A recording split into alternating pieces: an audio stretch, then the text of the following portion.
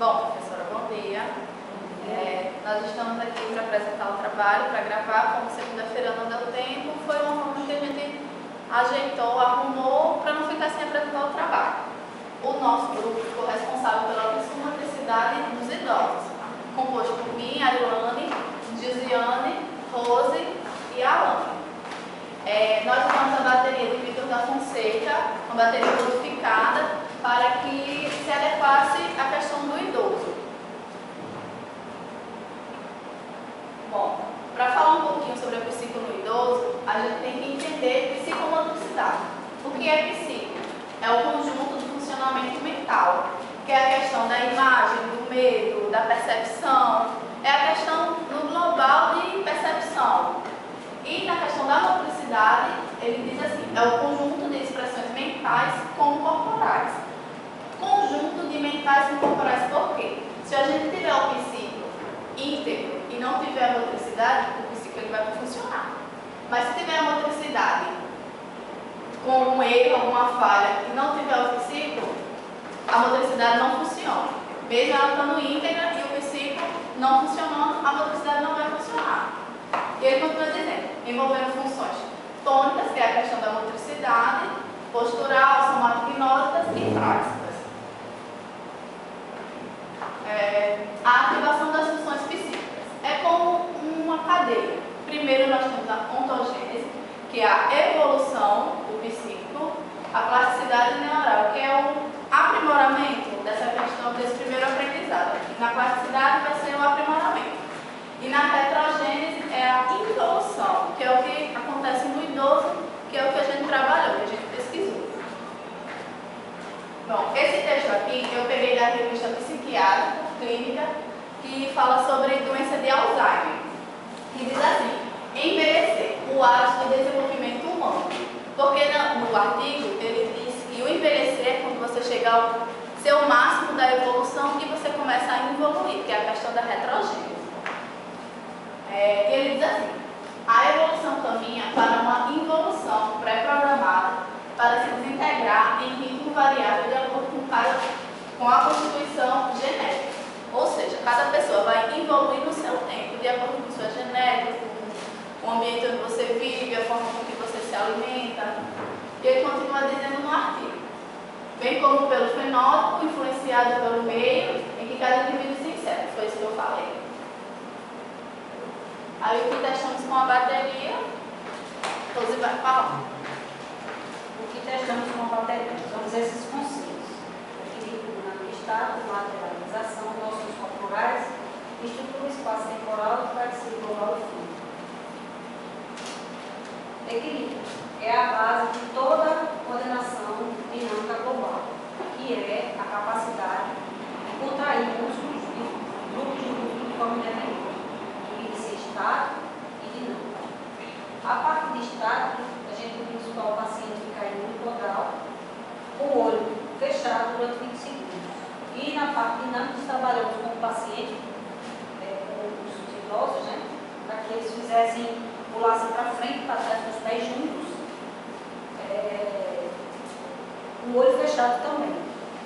Vou passar. Lateralizar. É a noção de direita e esquerda, para ser mais resumido, né?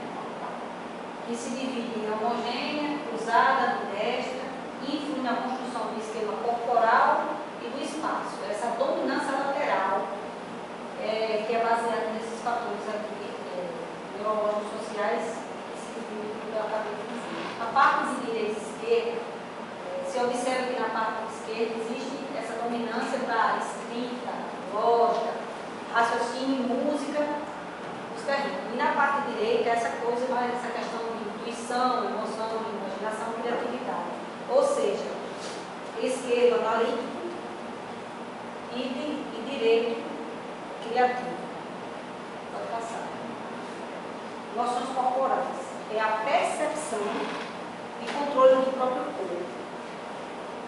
E também tem influência na questão de equilíbrio postural e lateralização bem definida. Como foi que a gente trabalhou nós somos com nossos pacientes?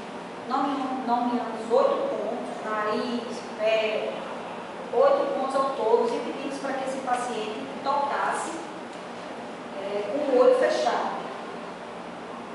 E fizemos também a simulação, fizemos os gestos, pedimos para a pessoa imitar. Estruturação espaço-temporal. É a capacidade de avaliar o tempo e espaço, permitindo ao indivíduo não só se mover, mas como se reconhecer no espaço e dar sequência nos gestos. Pedimos para o nosso paciente fazer o pó de chinelo, sendo que ele não teve um bom resultado.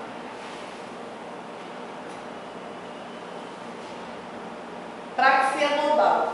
A praxia é o ato motor harmonioso provocado pela interação de vários fatores psicomotores, ou seja, é a capacidade que o indivíduo tem de fazer os movimentos coordenados.